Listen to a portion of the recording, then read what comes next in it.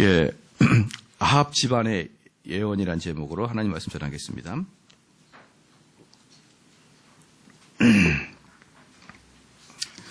이 모세와 여호수아의 관계처럼 모세와 여호수아의 관계는 모세와 여호수아는 구별됨에도 불구하고 그들의 일은 중첩됩니다. 또 나아가서 좀 더 구체적으로 말하면 연속돼요. 그래서 모세가 할 일을 다 못하고 그것을 여호수아가 이어서 계속하는 것입니다. 그렇죠? 그 둘이는 그래서 여호수아가 모세의 일을 마무리하는 그러한 것이라고 보면 되는 거고요. 그거랑 비슷한 관계가 바로 엘리야와 엘리사 관계예요. 엘리야와 엘리사 관계도 엘리야가 해야 될 일을 엘리사가 마무리를 하고 있는 것입니다. 더군다나 이름까지도 비슷하지 않습니까? 이름까지도 비슷한 것은 아마 필경 엘리사가 엘리야를 만난 다음에 이름이 바뀌었을 확률이 많아요. 이름이 바뀌었을. 그래서 엘리야의 일을 계속 대신한다는 그런 개념으로 말입니다. 이제 우리가 좀 오늘 본문을 좀 보기 위해서 우리가 앞에 이야기들을 조금 살피면서 좀 봐야 될 거예요. 열왕기상 19장 보겠습니다. 열왕기상 19장. 이제 엘리사의 설교도 다음 주로 마무리가 되기 때문에 우리가 이제 한번 복습을 좀 하는 차원에서 열왕기상 19장입니다. 열왕기상 19장 16절 말씀 보면은 너는 또 님시의 아들 예후에게 기름을 부어 이스라엘의 왕이 되게 하고 또 아벨 무홀라 사밧의 아들 엘리사에게 기름을 부어 너를 대신하여 선지자가 되게 하라. 이게 지금 무슨 이야기입니까? 무슨 이야기냐 그러면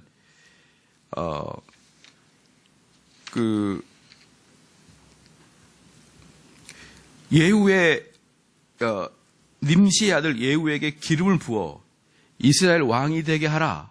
이렇게 예언했던 것은 엘리야에게 했던 거예요. 엘리야에게. 그래서 엘리야에게 했던 이야기가 그 다음에 아벨 무홀라 사밧의 아들 엘리사에게 기름을 부어 너를 대신하여 선지자가 되게 하라. 이렇게 얘기했거든요. 여기에서 두 가지가 나타나는 거예요. 뭡니까? 예후에게 기름을 부어서 그 예후가 이스라엘 왕 되게 하라. 첫 번째. 두 번째, 엘리사에게 기름을 부어 선지자로 삼아라. 이렇게 이야기를 했어요. 19절 보니까 엘리야가 거기서 떠나 사밧의 아들 엘리사를 만나니 저가 12겨리소를 앞세우고 밭을 가는데 자기는 12째 겨리와 함께 있더라. 엘리야가 그리로 건너가서 겉옷을 그 위에 던졌더니, 그러니까 여기서 뭐냐 그러면은 그 엘리야에게 그 엘리사의 일을 그대로 이제 시켰어요. 그대로 시키고 오늘 본문 말씀 보면은요, 그대로 펴주시고 오늘 본문 말씀을 보면은 그 열왕기하 9장에 보면은 2절에 보니까 거기 이르거든 님시의 손자 여호사밧의 아들 예후를 찾아 들어가서 그 형제 중에서 일어나게 하고 데리고 골방으로 들어가서, 그렇죠? 기름병을 가지고 그 머리에 부으며 이르기를 여호와의 말씀이 내가 네게 기름을 부어 이스라엘 왕을 삼노라. 이렇게 됐죠. 그러니까 지금 이게 열왕기상 19장의 예언이 엘리야가 엘리사에게 했던 내용이 죄송합니다. 엘리야에게 했던 내용이에요. 하나님께서 엘리야에게 그 예후에게 기름을 부으라 그랬거든요. 그 내용이 엘리야 당시에 되지 않고, 그게 엘리사, 그것도 사역의 마지막, 다음 주가 이제 엘리사의 마지막이에요. 다음 주는 엘리사의 죽음을 이야기합니다.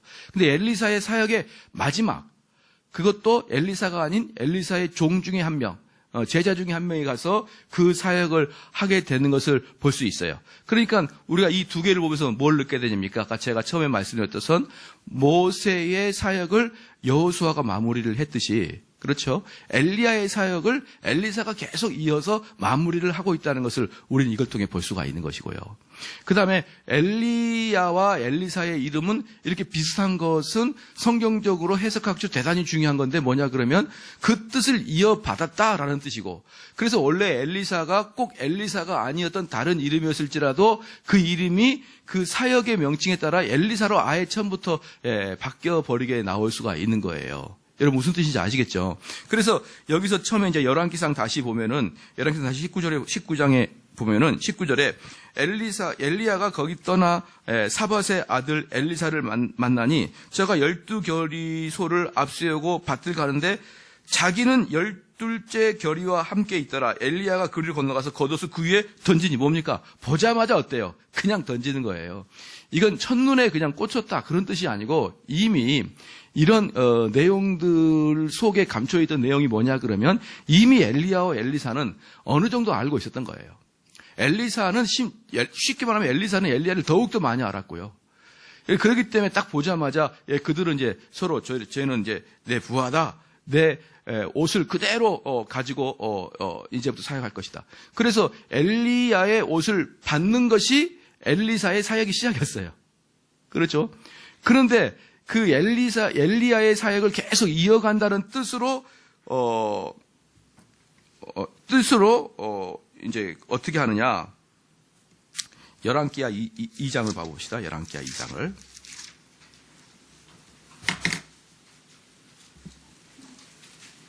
열왕기하 2장을 보면 2장 9절에 건너매 엘리야가 엘리사에게 이르되 나를 내게서 취하시기 전에 내가 네게 어떻게 할 것을 구하라. 엘리사가 가로되 당신의 영감에 갑절이나 내게 있기를 구하나이다. 이게 뭐냐 그러면 엘리야가 해야 될 일을 엘리사가 계속 해야 되니까 그 능력을 계속 갑절을 받기를 원하는 것이에요. 그 다음에 2장 열왕기하 2장 14절에 보니까 엘리야의 몸에서 떨어진 그 겉옷을 가지고 물을 치며 가로되 엘리야의 하나님 여호와는 어디 계시니까 하고 저도 물을 치매 물이 이리저리 갈리고 엘리사가 건너가냐. 그러니까 그 겉옷을 처음에 던졌고 그걸 받았고 그 다음에 엘리야에게 당신의 갑절보다 큰 그 능력을 받기 원합니다. 그랬고 그 다음에 엘리야가 떠난 다음에 첫 번째 사역을 한 것이 옷으로 물을 챘던 거예요. 그러니까 지금 여기서 지금 다 상징적으로 뭘 보여주고 있냐 그러면 엘리야의 그 사역을 그대로 뒤이어서 마무리 짓는다라는 개념의 사역을 하는 것을 우리가 볼 수가 있지요. 예, 그리고 이제 여기뿐만 아니라 이제 열왕기하로 보면은 2장에 또 다시 보면요. 5절 말씀에 보면 2장 5절에 보면은 여리고에 있는 선지자의 생도들이 엘리사에게 나와 이르되 여호와께서 오늘날 당신의 선생을 당신의 머리 위로 취하실 줄을 아나이까. 엘리사가 가로되 나도 아노니 너희는 잠잠하라. 그러니까 이때까지는 엘리사가 아직은 최고의 리더십이 아니었죠. 아직까지는. 이때까지는 엘리야였고 엘리야도 선지학교, 즉 신학교와 매우 연관이 있거든요. 신학교 매우 연관이 있어요. 그런데 열왕기하 2장 17절 보면은 무리가 저로 부끄러워하도록 강청함에 보내라 한지라 저희가 50인을 보내었더니 사흘을 찰 때 발견하지 못했거든요. 못했어요. 그리고 이 사람이 이제 엘리사가 엘리야를 광야에다 버렸거나 죽였다는 것이 증명이 안 되자 곧바로 이제 열왕기하 4장에 보면은 4장 38절 38절에 보니까 엘리사가 다시 길갈에 이르니 그 땅에 흉년이 들었는데 선지자의 생도가 엘리사 앞에 앉는지라 엘리사가 자기 사원에게 이르되 큰 솥을 걸고 선지자의 생도를 위하여 국을 끓이라 하매. 길갈에서 또 엘리사는 엘리야가 했던 선지생도를 가르치는 사역을 계속 이어가고 있죠. 그러니까 이러한 것들을 볼 때 엘리야와 엘리사는 똑같은 일을 뭐 아주 세부적인 모양에서는 좀 다를 수 있지만 아주 뭐 거의 비슷한 일을 마무리하고 있다는 것을 여러분 볼 수가 있습니다. 그래서 우리는 상당히 뭡니까 우리 한국 정서에 잘 맞지 않는 게 뭐냐 그러면 그 전임자가 했던 것들을 다 이렇게 무너뜨리는 경향이 많아요. 전임자가 이게 참 한국 정서에 좋지 않은 건데 그래서 이 교회도 후임자를 선택할 때 꼭 전임자의 그 하던 것을 잘 이해하고 있는 사람이 선택을 받는 게 대단히 중요하다 이 말이죠. 여러분 지금 한국 교회에서 거의 대부분의 원로 목사님과 담임 목사님의 갈등은요. 그 교회의 담임 목사를 뽑는데 꼭 원로 목사님들은 학교가 좋은 학교를 나온 사람이나 자기 말을 잘 들 것 같은 사람을 후임으로 뽑아요. 그게 꼭 그렇게 되어 있거든요. 뭐 객관적인 사실이 그러니까.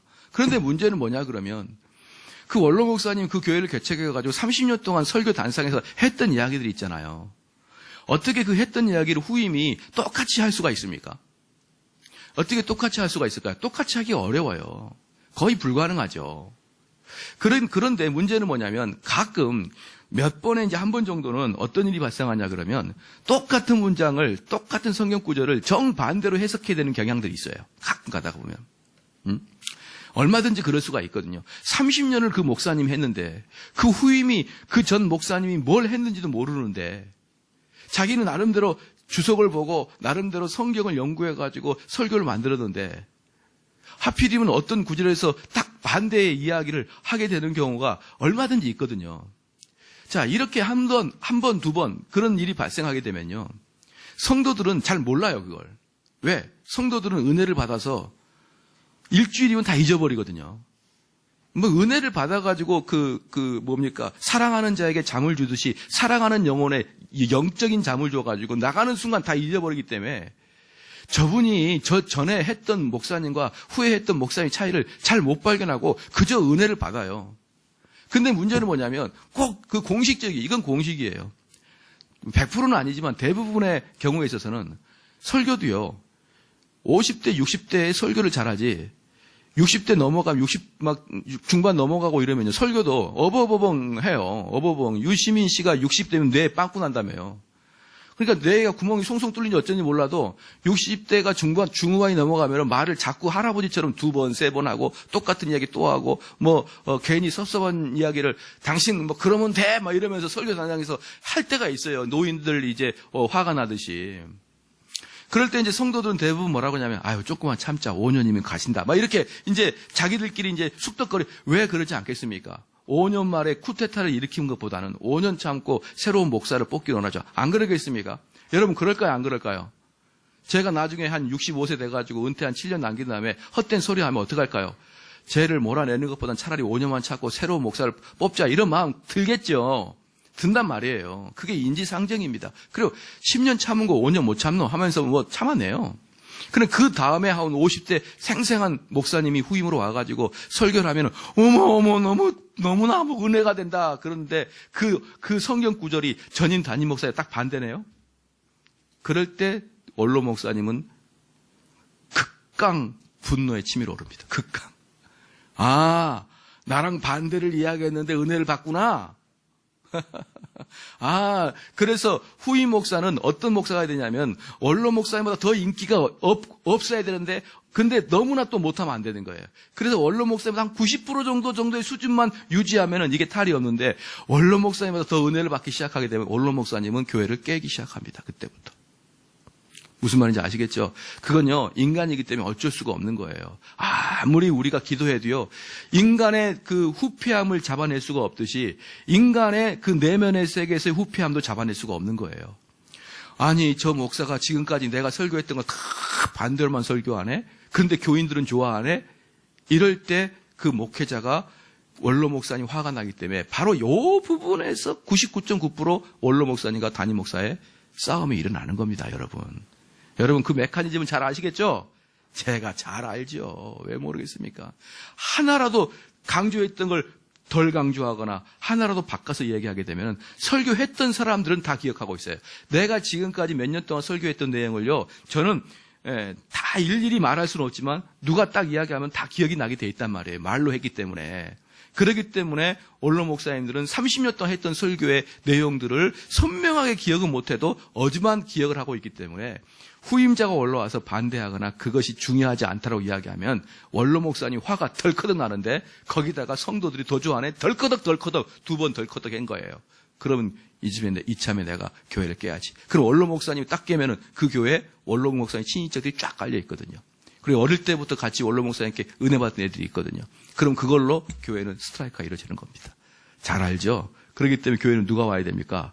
이 교회를 잘 알고 있는 사람이 후임자가 돼야 되는 거예요. 엘리야하고 엘리사를 여러분 보면서요, 꼭 한국 교회가 꼭 잊지 말아야 될 게 뭐냐 그러면 후임자 키우는데 정력을 쏟아야 됩니다. 후임자 키우는데.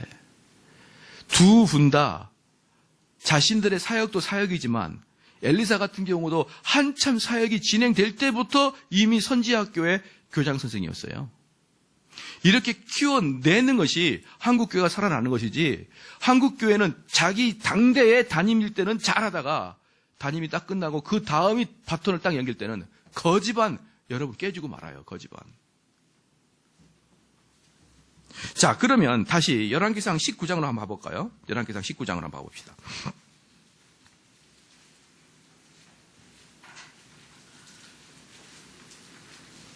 자, 이게 아까도 제가 지금 말씀을 드렸는데 15장 아까 읽었던 거 봐봅시다.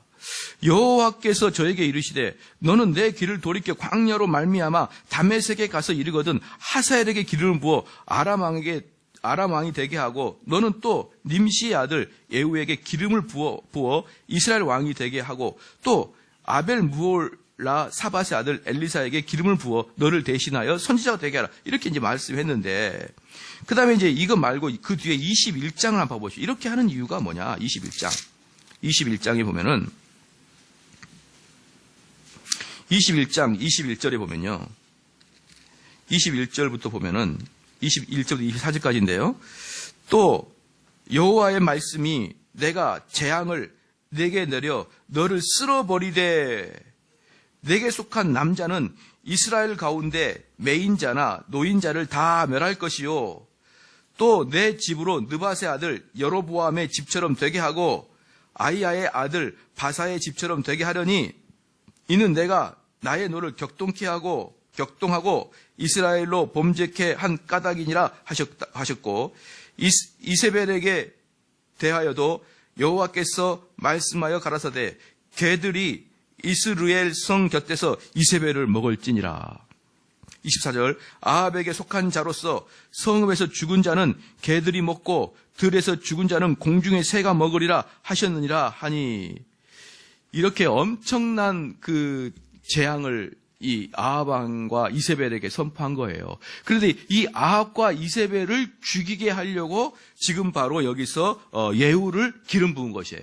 그러니까 지금 19장에서 예후에게 기름을 부어서 예후가 이스라엘 왕이 되게 하는 이유는 뭐냐 그러면 다시 말해서 쿠데타를 일으키라는 거예요. 쿠데타를 일으켜가지고 아합 왕과 이세벨을 창에다가 밖에다 던져버려서 모든 더러운 거 몸이 막 산산조각 부서질 거 아니에요. 이 더럽게 부서지면 그것을 개가 먹을 그런 운명에 처할 것이라고 이렇게 예언을 해버린 것입니다. 그러니까 이 소리를 듣고 얼마나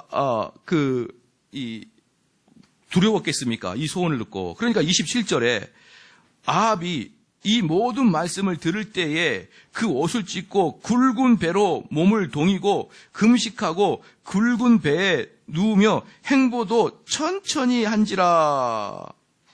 너무나 이제 고통스러워가지고 막 살려달라고 하나님 죄송합니다 이제 그렇게 한 거예요. 그러니까 진심으로 아합이 두려워하는 거죠. 진심으로. 그러니까 28절에 여호와의 말씀이 이 엘리야에게 다시 임합니다. 여호와의 말씀이 디셋 사람 엘리야에게 임하여 가라사대 아합이 내 앞에서 겸비함을 내가 보느냐. 저가 내 앞에서 겸비함을 인하여 내가 재앙을 저의 시대에 내리지 아니하고 그 아들의 시대에야 그 집에 재앙을 내리려 하셨더니.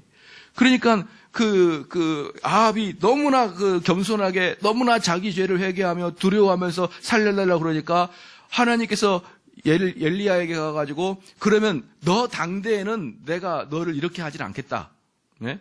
그러나 너의 아들 시대에 내가 하겠다. 이렇게 심판을 유보해주고 나서 이게 엘리야의 때거든요. 이 엘리야의 사역을 마무리를 엘리사가 아합 왕을 이렇게 이세벨 가족에게 선포하는 너무나 무서운 일들인 거예요. 너무나 무서운 겁니다. 그래서 다시 이제 본문으로 가게 되면은 여러분 이렇게 우리는 많은 경우에 그러지 않습니까? 죄를 막 지어놓고 하나님 죄송합니다 살려주십시오 그러면은 눈과 같이 희어서 용서해 줄 것이라 이런 환상에 사로잡혀 있잖아요. 그래서 우리는 죄를 짓고 또 짓고 죄를 짓고 또 짓고 또 회개하고 내가 괜히 그렇네요. 내 용서해 주세요. 이렇게 하더라도 하나님은 죄를 유보시킬 수는 있어도 그 죄에 대한 대가를 우리에게 살아생선 물을 수 있다는 것을 여러분 기억하셔야 됩니다. 물을 수 있어요. 하나님께서 우리에 대한 죄의 대가를 강력하게 묻지 않으실 수도 있고 또는 우리가 죽을 때까지 그 죄의 대가를 묻지 않을 수도 있는데 우리는 하나님께서 우리에게 죄를 지었고 나서 회개할 때 그 죄에 대한 대가를 묻지 않으신다라는 믿음보다는요. 내가 죄를 지은 것은 언제든지 하나님이 대가를 물으신다라는 생각을 가지고 사시기를 주의로 축원합니다. 여기서 그대로 나왔어요. 예. 그것도 하나님께서 유보했는데 그 유보의 끝이 오니까 정확하게 엘리사의 젊은 선지생들을 보내가지고 그렇게 딱 안수를 하게 하는 것입니다. 그러면 여기서 중요한 게 뭐냐면 다시 이제 열왕기하 9장으로 가보겠습니다. 열왕기하 9장을 보면 여기서 그러면 왜 1절에 보면은 선지자 엘리사가 선지자의 생도 중 하나를 불러 이르되 너는 허리를 동이고 이 기름병을 손에 가지고 길르앗 라못으로 가라 이랬느냐 이 말이에요. 왜 엘리사가 직접 가지 않고 이 종을 보냈느냐? 이 젊은 생도를 보냈느냐? 여기서 알 수 있는 것은 뭐냐면 이것은 그 다음부터 추측인데요. 여기 성경에 나와 있지 않지만 엘리사의 마무리 사역을 이제 이 사건 이후는 아무것도 없어요. 이 사건 이후에는 다음 주에는 엘리사의 죽음만 나와요. 죽음만. 즉 공적인 사역을 은퇴하려고 새로운 그 후임에게 중요한 일을 맡겼다라고 보는 게 가장 타당합니다. 아까도 말씀드렸지만 이 엘리사와 엘리야는요. 특징이 후계자를 키우는 거예요. 후계자를. 그렇게 이런 중차대한 일을 이건 얼마나 중요한 일인지 이따 보면 좀 알겠지만 엄청나게 중요한 일을 자기가 직접 가지 아니하고 새롭게 자기 대신 이끌어갈 또 다른 젊은 선지생들을 보내는 것입니다. 참 이런 걸 보면은 우리 한국 목사들 잘 배워야 됩니다. 잘 배워야 돼요. 예. 정말 요즘도 보면요. 저도 사역이 너무 바쁜 나머지 사람들을 키워낼 수 있는 시간들이 부족해요. 그럼 어떻게 됩니까? 사역을 줄여서라도 후배들을 키워내야 됩니다. 사역을 다 해가면서 후배는 못 키울 것 같아요. 사역을 줄여가면서조차 후배를 키워야 됩니다. 우리 한국 목사님들은 이게 안 되는 거예요. 사역을 줄이지를 못하는 거예요. 그래서 후임들이 안 나와요. 너무나 마음이 아픈 이야기 아니겠습니까? 그런데 2절에 보니까 거기 이르거든 님시의 자손 여호사밧의 아들 예후를 찾아 들어가서 그 형제 중에서 일어나게 하고 데리고 골방으로 들어가서 여기 봐보십시오. 여기는 또 아주 재밌는 것이 있는데 재밌는 일이 있는데 엘리사의 초자연적인 능력이 여기서 나타나는 거예요. 가보지도 않았고 미래의 일인데 이 엘리사 뭐라 그러냐면 거기 이르거든 거기 가면은 님시의 손자 여호사밧의 아들 예후를 찾아 들어가서 그 형제 중에서 일어나게 하고 그러니까 그 형제 중에 예후가 있을 거야. 그 형제들과 둥그렇게 앉아 있을 거야. 그 중에 예후를 일어나게 하고 데리고 골방으로 들어가서 이렇게 다 보듯이 엘리사는 앞으로 일어난 일을 다 보듯이 예언하면서 가보라 이렇게 얘기한 겁니다. 이게 엘리사의 신적인 능력이에요. 엘리사의 초자연적인 능력이라 이 말입니다. 사랑하는 성도 여러분, 만약에 여러분들께서 이 엘리사와 같이 하나님과 직접 묻고 하나님께 직접 계시를 듣는 사람이 있다고 한다거나 혹시 있다고 여러분도 느끼신 분들은 대충 말입니다. 우리 한국교회 회개하지 아니하면 하나님이 북한을 들어서 한국을 징벌할 겁니다. 이런 대충 하는 예언 말고 그런 예언은 나도 할 수 있으니까. 그럼 전쟁 아니라면 어떡합니까? 하나님이 한 번 더 기회를 준 거니까 다시는 죄를 짓지 말라 이렇게 말하면 끝 아니에요.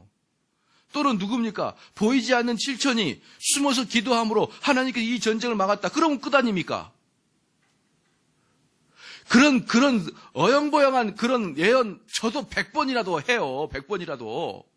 말고 정확하게 이렇게 엘리사처럼 하라고 해봅시오. 가면 형제들 사이에 예후가 있었던데 걔 예후 일어났게 해서 가봐라. 이렇게 정확하게 예언을 하면 제가 그때야 비로소 그동안 내가 가지고 있던 신학이 잘못됐다는 것을 바꿀 테니까 정확하게 한번 예언을 해보자 이 말입니다. 정확하게. 그 사람의 숫자까지 어디에 있는지 거기에 누가 있는지 이거 못한다 그러면 예언하지도 말고 예언하신다는 분이 있으면 그냥 그분하고 더 이상 커피도 마시지 말고 나와버리기를 주의로 축원합니다. 왜 아멘이 또 적어요? 저는 목소리가 큰데. 그런 분들이 찾아요. 그런 분들은 왜 만나면 안 되냐? 그럼 둘 중에 하나거든요. 첫 번째 사기꾼이든지 아니면 정신병자죠. 자꾸 지 생각과 하나님 생각이 구별이 안 되면 정신병자 아닙니까? 그런 좀 쓸데없는 거. 그럼 구체적으로 말을 하고요. 하나님 말씀을 직접 듣는 사람이 있다. 그럼 제가 뭘 물어보라겠습니까? 시작. 내 주변에 아이를 잃어버린 사람이 있는데 그 아이가 어디 있는지 좀 가르쳐달라고 요거 한마디만 물어보십시오. 요거 한마디만. 그걸 맞히는 분이 나타난다 그러면 내가 그분을 엘리사처럼 또 박치고 살라니까. 엘리사처럼 이름도 엘시로 바꿔줄 테니까. 그런 사람 단 한 명이라도 있습니까? 단 한 명이라도 우리나라 사람들이 그렇게 하나님과 직접적인 관계를 맺고 하나님께 직접 묻는 사람들이 지금부터 몇 년 전에 세월호 사건 때 하나님께 먼저 물어보고 하나님이 계시를 줬으면 하나님이 이렇게 슬픈 일에 우리에게 계시를 줬으면 그 전날, 그 전전날이라도 광화문 나가고 이번엔 절대로 이 배를 항해하면 안 됩니다. 이 배를 항해하면은 수많은 학생이 죽습니다. 그런 사람 왜 한 명도 안 나타났습니까? 우리나라에. 모든 점쟁이, 지리산에 있는 점쟁이, 미아래에 있는 점쟁이 다 짐 싸고 나가라 그래요. 그거 예언하신 점쟁이 단 한 명도 없었잖아요. 그리고 기도원에 수많이 하나님과 직접적 개통을 맺고 있는 그 점쟁이 비슷한 권사님들 말이에요. 그 사람들 단 한 명도 예언을 못했지 않습니까? 어디에서 약을 팔려고 그럽니까? 어디에서? 구체적으로 이번에 배 띄웠으면은 이번에 내일 배 띄우면은 300 몇 명이 죽습니다라고 예언했으면요. 지금쯤 대한민국의 엄청난 이슈로 떠올랐을 거예요. 그 사람은. 여러분 아시겠죠? 없습니다. 알겠죠? 없는 거예요. 그런 거 있다고 하면은 정신이 오락가락한 사람이거나 너무나도 그런 확고한 신념에 사로잡힌 사람들은요. 어떠한 신념이든지 확고한 신념에 사로잡히면은 같이 지내기 불편합니다. 차라리 그분과 대화할 바에 우리 교회 와서 독서나 좀 하시기를 바랍니다. 저는 그러한 사람들이 저한테 도전한다 그러면 딱 한마디만 하면 다 그냥 끝나는 거예요. 제가 알고 있는 어떤 하나님과 직접 내통하시는 그 사역을 하신 분한테 한마디 딱 물어봤어요. 유아 찾을 수 있습니까? 잊어버린 아이 찾을 수 있습니까? 미아 찾을 수 있나요? 그때 아무 말도 안 하고 있더라고요. 아무 말도. 입을 열어서 이야기하십시오. 입을 열어서. 엘리사는 정확하게 말했는데 당신도 한번 정확히 말해보십시오. 그랬더니 유구무원이더라. 할렐루야. 네.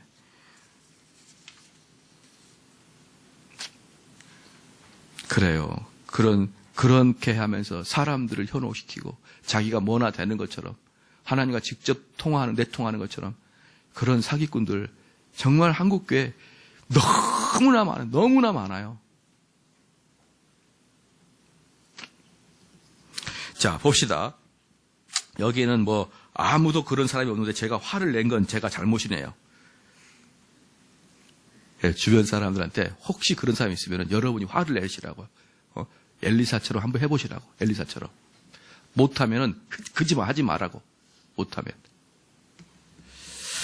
그래서 여기 이제 9장 2절에 보니까 이 엘리사는 아주 세밀하게 거기서 일어날 것을 다 보는 듯이 이렇게 얘기를 했습니다. 3절에 기름병을 가지고 그 머리 위에 부으며 이르기를 여호와의 말씀이 내가 네게 기름을 부어 이스라엘 왕을 삼노라 하셨느니라 하고 곧 문을 열고 도망하되 지체치 말지니라. 참 여기서 재밌는 게 뭐냐면요. 이 젊은 생도를 찾아가가지고 뭐라 그러냐. 가가지고, 이제 여기는, 이들은 왕족이에요, 왕족. 왕족들인데 가가지고, 여호사밧의 아들 예후를 찾아. 근데 그들이 누가 있냐면, 형제랑 같이 있습니다. 봐보십시오 4절에. 그 소년, 이 소년은 뭐냐 그러면요. 4절에 이 소년은 뭐냐 그러면, 그 엘리사가 보낸 선지생도가 어린 사람이라는 거예요. 예. 뭐 청소년 정도 됐겠죠.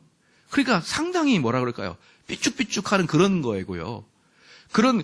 저도 처음에 제가 전도사 할 때 제일 어려웠던 것 중에 하나가 뭐냐면은 지난번에 언젠가 말씀드렸지만 나이가 든 사람은 상담하는 거하고 그 다음에 사회적으로 높이 성공한 사람, 권력이든지 재정이든지 학문적이든지 높이 성공한 사람들을 만났을 때 상당히 제가 주눅이 들었었어요.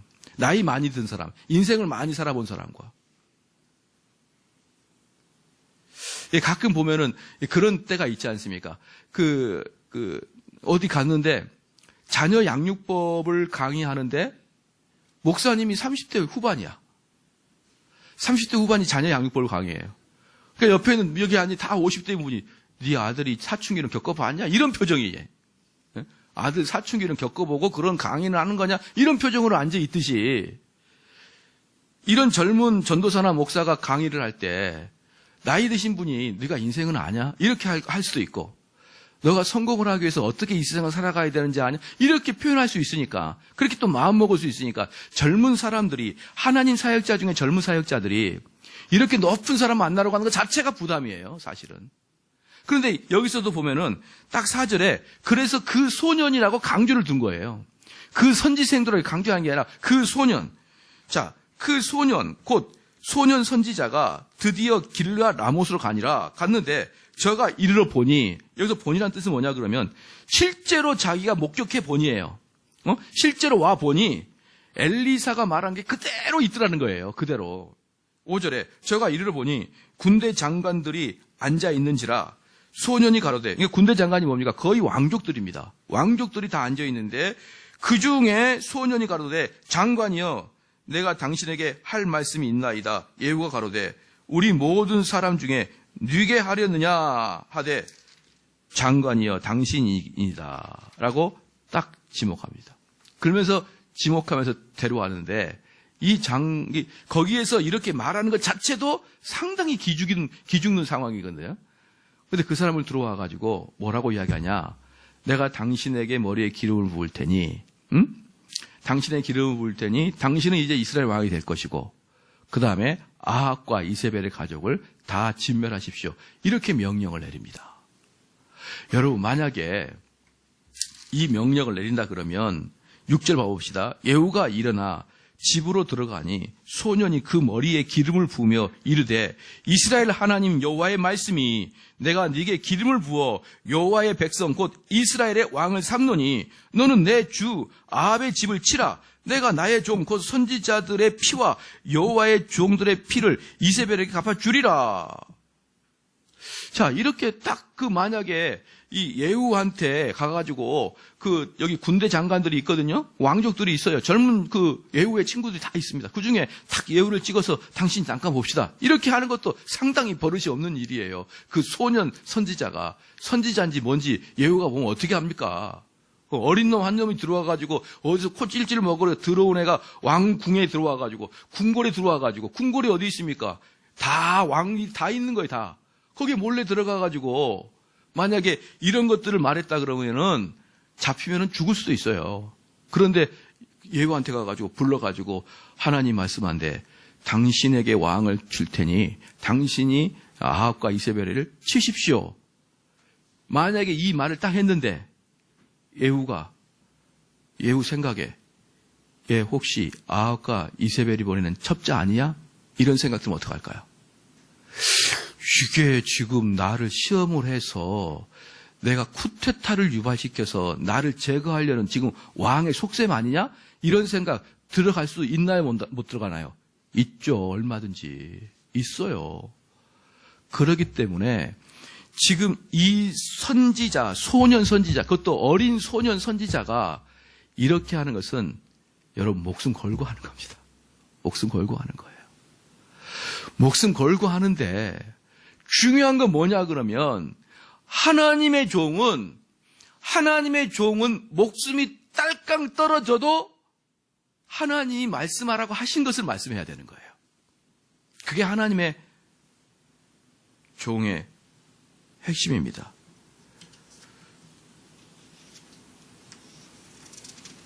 하나님의 종의 핵심이에요. 그리고 이 말씀을 그 엘리사의 어린 소년, 이 소년 선지자가 그 군대 장관이나 그 높은 사람들한테 안수를 해주며 기름을 부을 때 이 마음속에 어떤 마음이 있냐 그러면 나같이 아직 경험도 없고 어린 사람이 이 일을 할 수 있는 자격이 있을까라는 생각이 들 수 있습니다. 그런데 사랑하는 성도 여러분, 자격이 있어요. 왜 자격이 있냐 그러면 역으로 이렇게 중차대한 일을 심지어 하나님의 사역을 감당할 만한 자격을 갖고 있는 사람은 이 세상에 아무도 없기 때문에 자격이 있는 거예요. 하나님의 사역을 감당할 수 있는 그런 그 인격과 그런 실력과 능력을 가지고 있는 사람이 이 세상에 아무도 없기 때문에 역으로 이 소년도 이러한 일을 감당할 수 있는 자격이 있다 이 말이에요. 지금 무슨 말입니까? 하나님의 사역은 자격을 가지고 하는 게 아니라 하나님이 시키면 그냥 하는 거예요. 하나님이 시키면. 그리고 하나님이 시키면 그게 다른 사람들에게 분을 자아내든지 아니면 다른 사람들을 괴롭게 하든지 아니면 나와 다른 사람의 관계가 그것 때문에 단절되든지 그것과 상관없이 하나님 말씀을 선포할 수 있는 게 주의 종입니다. 여러분, 주의 종이 그때가 제일 힘들어요. 어때가 제일 힘드냐 그러면 나랑 친분 관계가 있는데 그 사람 앞에서도 하나님 말씀을 강하게 전파해야 될 때가 너무나 힘든 거예요. 어저께 나랑 같이 막 즐거워하고 어저께 나랑 같이 그 사람은 즐겁게 미팅을 했고 같이 음식을 나눴고 같이 인생을 논했던 사람인데 오늘 이 설교 말씀을 통해서 그 사람이 죄를 짓고 있는 부분도 가차없이 내려치는 게 목사의 주의 종의 사명인 것입니다. 그럴 때 많은 사역자들은 에이 이 말 안 해버리지 라는 유혹에 들어가는 겁니다. 여러분 그럴까요? 안 그럴까요? 그럴 수밖에 없는 거예요. 왜? 여기서 말하는 목사도 인간이기 때문에 인간적인 감정이 그 사역을 막아낼 수가 있다 이 말입니다. 그럴 때 하나님께서 우리에게 뭐라고 하냐면 불충한 죄인이라 불충한 종이다 라고 이야기할 수 있는 거예요. 하나님은 그 종에게 무엇을 찾습니까? 충성된 종아예요. 충성된 종아. 네가 이 작은 일에 나와 같이 하였으니 이제 그에게 큰 일을 맡기시고 더 나아가 뭡니까? 나와 같이 거하는 그런 은총을 주시는 거예요. 만약에 나중에 하나님의 심판대 앞에서 제가 여러 번 말씀을 드렸지만 여러분에게도 어떠한 심판을 하나님께서 하실 수 있지만 이 사역자에게는 어떤 심판이 제일 1번이냐 그러면 내 말을 내 말대로 전했냐 이거예요. 이게 하나님께서 주의 종에게 나중에 심판하신 심판입니다. 야, 너 이 말씀을 너희 성도들의 그때 도덕적이고 윤리적인 상태랑 상관없이 그대로 선포했냐? 하나님께서 원하신 방식대로 선포했느냐? 이것을 하나님은 분명히 우리 주의 종들에게 찾아낼 것입니다. 많은 사람은 그렇게 이야기합니다. 목사님, 아니 우리 교인들 보면은 너무 불쌍해요. 너무 불쌍해요. 일주일 내내 그냥 전쟁터와 같은 직장, 전쟁터와 같은 그런 사업에서 겨우 그냥 먹고 살려고 그렇게 노력하고 그냥 피곤에 찌든 그런 우리 성도들이 앉아서 설교를 들을 때는 내가 책망을 할래야 책망을 할 수가 없어요. 이렇게 말씀하시는 목사님들이 적지 않아요. 근데 저는 그 목사님께 분명히 얘기합니다. 목사님은 교인들 보지 마시고 당신을 보내신 하나님의 말씀만 전하십시오. 교인들의 상황이 어땠든지, 교인들의 상황이 지금 얼마나 핍절한지, 얼마나 고통스러운지 그걸 첫 번째 보는 게 아니고 하나님이 원하신다 그러면 그 고통스러운 사람에게라도, 그 피부가 찢어져 가지고 상처가 이렇게 흐르는 사람에게라도 소금을 뿌리라 그러면 뿌려야 됩니다. 그게 바로 목회자의 고통인 것이에요. 그랬더니 봅시다.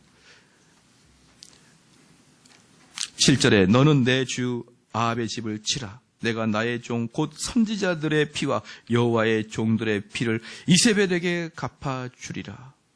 아합의 온 집이 멸망하리니 이세벨 중에 매인자나 노인자나 아합에게 속한 모든 남자는 내가 다 멸절하되 아합의 집을 느바세 아들 여로보암의 집과 같게 하며 또 아이야의 아들 바하사의 집과 같게 할지라. 이스라엘 지방에서 개들이 이세벨을 먹으리니 저를 장사할 사람이 없으리라 하셨느니라 하고 곧 문을 열고 도망하니라. 여기서도 보면 어떻습니까? 이 이야기를 하고 곧바로 달려서 문을 열고 뛰쳐도 나간 겁니다. 왜 그렇죠? 엘리사가 그렇게 하라 그랬으니까. 아주 정확하게 하지 않습니까? 곧 만약에 여기에서 그냥 느적했다 그러면 어떤 일이 발생할까요? 첫 번째, 이놈이 나를 지금 죽이려고 그러나 하면서 갑자기 예후가 화가 날 수가 있고, 아니면 두 번째로 야, 내가 진짜 왕이 될까? 하면서 얘들아, 비록 어린 선지자지만 이 선지자가 멀리서부터 왔으니 저녁은 후하게 대접해서 보내라. 이렇게 후하게 대접할 수도 있고, 둘 중에 하나이겠죠. 그런데 둘 다 하나님의 일을 그르치게 되어 있습니다. 둘 다. 만약에 얘가 잡혔으면 어떨까요? 만약에 잔치를 베풀었으면 뭔 일이냐? 이 왕궁에 뭔 일이냐? 하다가 잡혀서 자칫하다가 아합 족속에게 들어가게 되면 죽을 것이고, 그럼 예후까지 목이 잘릴 것이고, 아니면 예후가 무언 그런 일이 있어 라고 이 선지자를 죽이면 어때요? 예후가 쿠데타를 못 일을 것이고, 어찌됐건 하나님의 역사가 막아져 버릴 수밖에 없는 거예요. 그렇기 때문에 그냥 뛰쳐나가는 겁니다. 이게 바로 주의 종의 일이에요. 그래서 저는 이제 만약에 어떤 분들이 목사님 저희 교회에 와서 좀 강의를 해 주십시오 라고 이렇게 부탁이 들면 제가 항상 하는 말이, 강의할 때 오늘 보고 말 여러분에게 말씀을 전합니다라고 하거든요. 두 번 다시 안 볼 여러분들에게 내가 말씀을 전합니다라고 하고 거반 죽여놓습니다. 거반. 왜? 나는 그분들 다시는 안 볼 거니까. 근데 항상 미안한 건 뭐냐면 저를 초청한 사람이 고통을 당할까 봐 약간의 고통은 저도 있어요. 그런데 제가 꼭 물어요. 야, 뭐 나를 불러서 각오를 하고 있냐? 막 그러면 때로는 어떤 분은 그래요. 목사님 걱정하지 마십시오. 짐 쌀 마음 갖고 합니다. 여기서 보면은 주의 종은 정확하게 나타나요. 하나님이 전달하는 말씀 딱 선포하고 뒤도 안 돌아보고 와버려야 돼요. 뒤도 안 돌아보고 와야 되는데 거기 섞여서 또 있고 그러면 안 됩니다. 뒤도 안 돌아보고 와야 되고. 말씀의 결론을 맺겠습니다. 여러분 이 9장에서 쭉 보면은 결국 뭐예요? 엘리야의 사역을 엘리사가 마무리를 지어줬습니다. 엘리야의 사역을 엘리사가 마무리 지어줬어요. 충성된 후배들이죠. 충성된 후배. 자, 이렇게 충성된다면 원로와 담임 목사의 싸움이 있겠습니까? 예? 원로 목사님이 그 일을 추진했던 그 일들을 그대로 이어받아 그것을 더 확대시키고 그것을 더 좋게 마무리 짓는 후임이 있다 그러면 원로 목사와 담임 목사의 충돌이 있겠냐 이 말이에요. 그러니까 담임 목사님들은 자신들의 은퇴를 위해서 지금의 많은 좋은 선지생들을 키워내는 것이 담임 목사의 책무 중에 큰 하나입니다. 두 번째는 뭡니까? 쓸데없는 그 하나님의 직통 계시 받아가지고 하나님 말씀 공부 안 하고 맨날 하나님께서 나에게 뭔 말을 하는지 들으려고 하는 사람들 쓸데없는 걸로 허비하지 마십시오. 그거 단 한마디도 하나님이 여러분에게 말씀해 주지 않아요. 다 여러분 생각이에요. 어떤 분은 그러더라고요. 목사님 꿈에 여러분 꿈은요. 하나님이 여러분에게 말씀해 주시는 게 아니고 그냥 여러분 잠재의식에 있는 것들이 튀어나오는 거예요. 저번에 우리 아들이 그런 얘기 했어요. 아빠 나 되게 이상한 꿈을 꿨는데 해석을 좀 해 주십시오. 그러는 거예요. 우리 아들이 무슨 꿈 꿨냐 했더니 사우루스가 자기를 쫓아온다는 거예요. 그래서 너무 무섭다는 거예요. 사우루스는 공룡을 이야기해요. 공룡이 막 자기를 쫓아와가지고 자기를 막 잡아먹으라. 그 정도의 수준인 거예요. 하나님이 그 우리 아들한테 메시지를 준 게 아니라 그 잠재의식이 꿈에 나타나는 거 아니겠습니까? 그렇죠. 그 다음에 세 번째는 뭡니까? 주의 종들은 맡은 바의 임무를 최선을 다해서 하나님의 방편 안에서 선포하고 마는 것이에요. 그리고 그것을 받는 것은 여러분들이 믿음으로 하나님 말씀을 받아야 되는 거예요. 이게 기분 나쁘다, 기분 좋다의 개념으로 들어가면 안 되는 거예요. 주의 말씀을 그대로 해석할 때는 이게 기분 나쁘다와 기분 좋다의 관점을 넘어서서 하나님이 지금 나에게 직접 말씀하신다는 여러분 그러한 마음을 갖기를 주의 이름으로 축원합니다. 축원합니다.